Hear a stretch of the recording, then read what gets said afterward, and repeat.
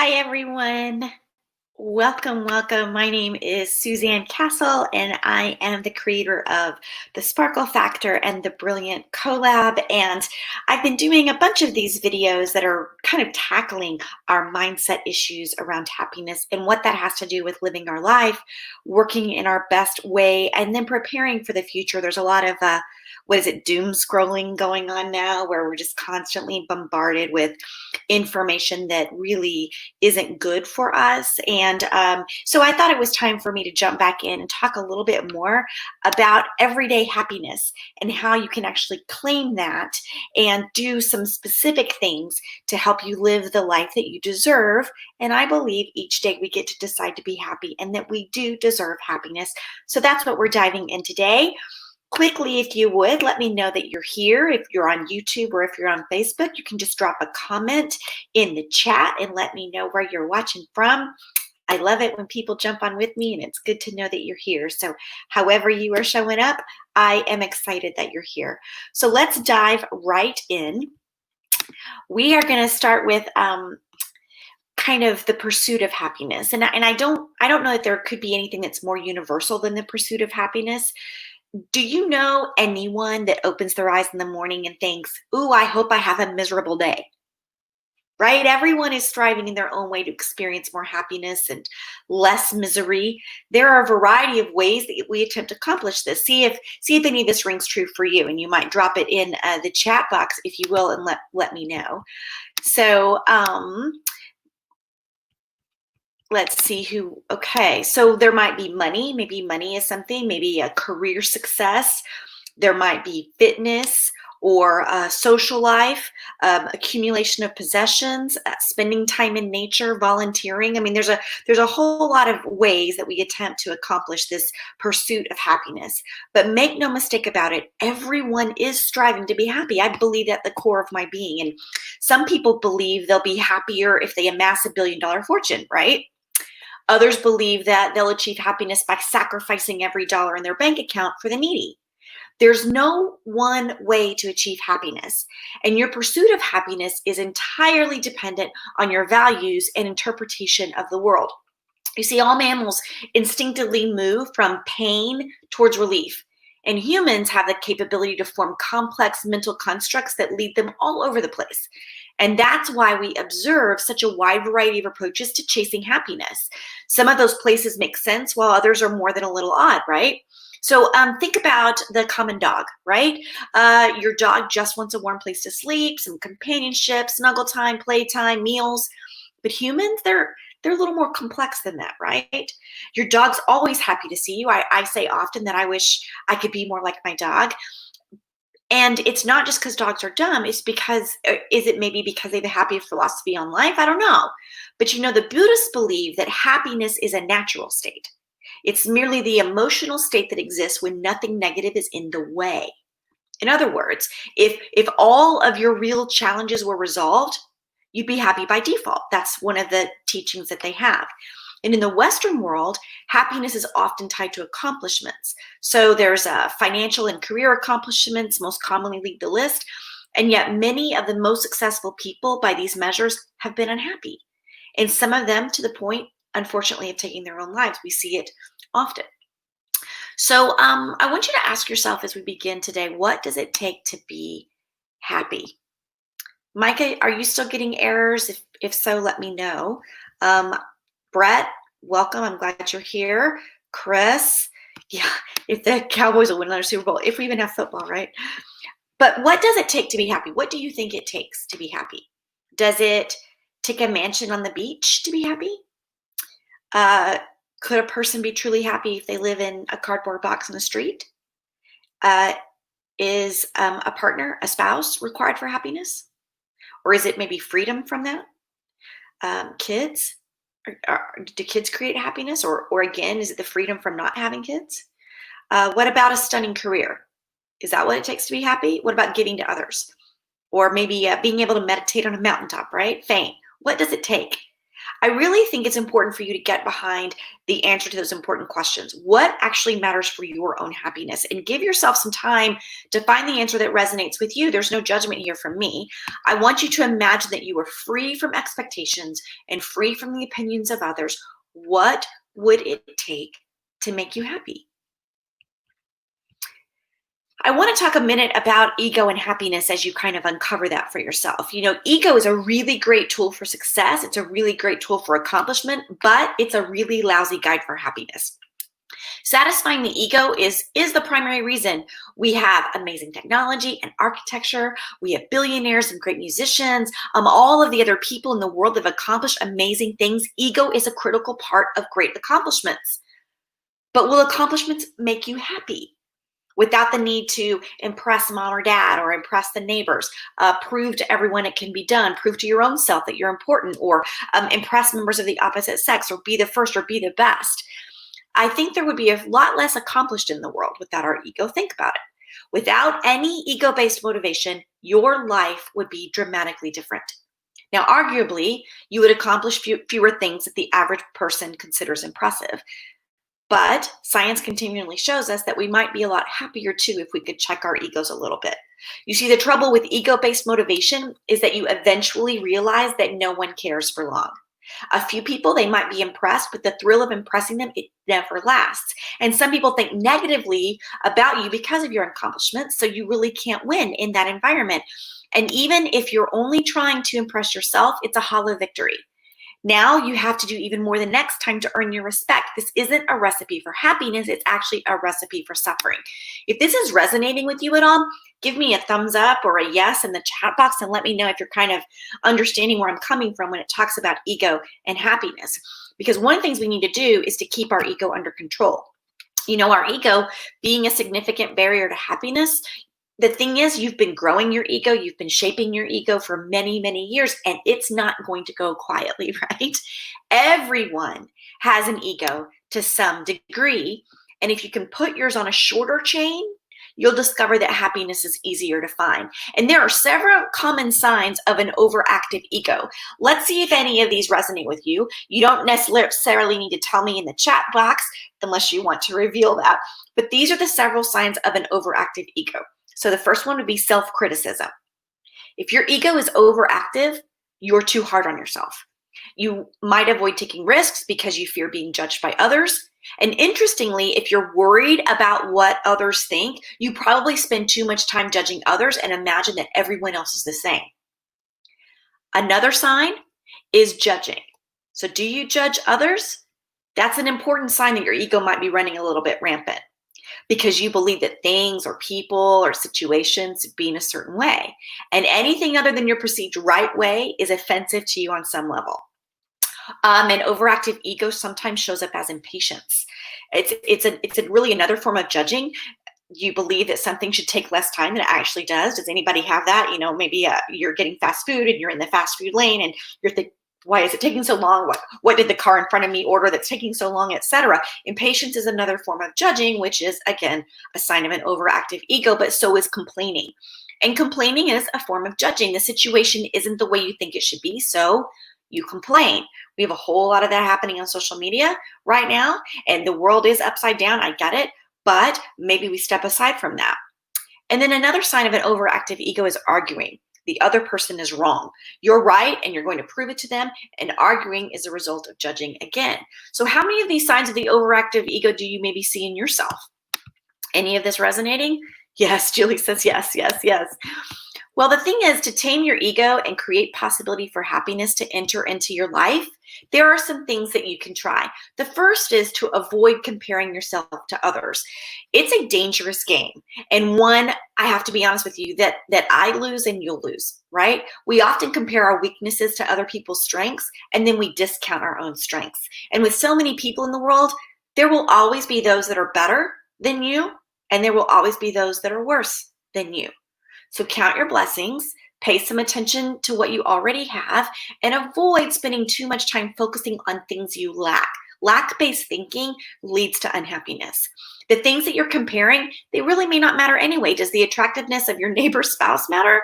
Does it matter that someone has a nicer car than you do? Maybe get a little bit deeper on why you're spending some time on those and see if that kind of resonates with you. Another way to check your ego is to ask yourself what you would do if no one would ever know about it. Would you buy a Mercedes for your next car if no one would ever know you owned it or saw that you drove it? Would you still want to climb Mount Everest if you had to keep your successful summit a secret? This can really be an effective way to measure your true motivation. And so, are you primarily motivated by doing it for others, or do you have a more noble purpose? This can get really messy really quick. But honestly, when you begin to uncover this, you begin to get back on the path of happiness.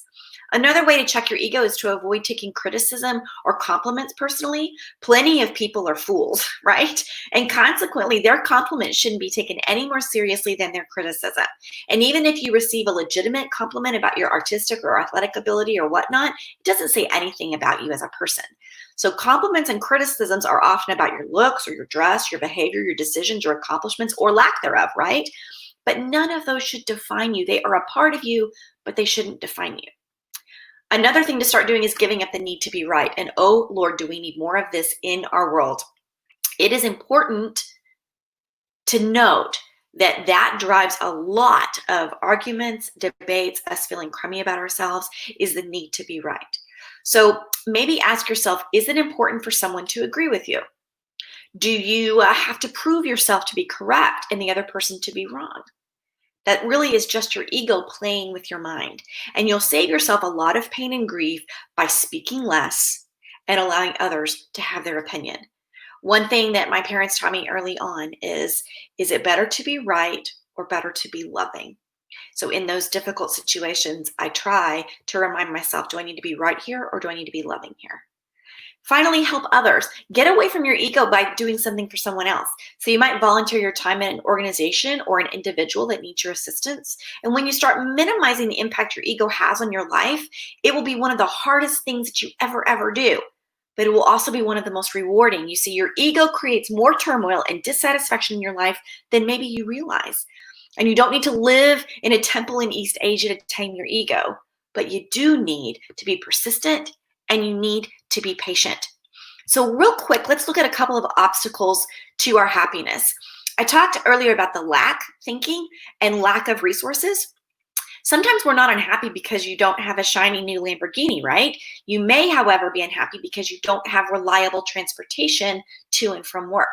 So the same goes for not having enough food or water or clothing or love. So there's that Maslow's hierarchy of needs thing. If you lack resources necessary for survival, you have a good reason to be unhappy. And that unhappiness serves a purpose. It can motivate you to do something, to acquire those resources, can help get you creative on what you need to do next. So sometimes the obstacles are a lack of resources. So if you find yourself being more unhappy than happy, the first thing I would ask you to do is look at your resources. Do you have what you need, or do you have a lack? And if you have a lack, what are some steps or some people that can get you back on that path? Another obstacle to happiness is distractions. And distractions are everywhere right now, and they can be a big challenge. And they might make you feel better in the short term, but they really offer no long-term benefits. You're not curing the cause of your discomfort by hiding from it. And so, those distractions, in fact, put one of the distractions that you have right now, like just drop it in the chat box. Some common distractions might be food, right? Or TV. They might be all of our electronic devices. I know sometimes I distract myself by shopping, right? Even if I'm not buying anything. Gossiping, anything else that doesn't address the root cause of being distracted.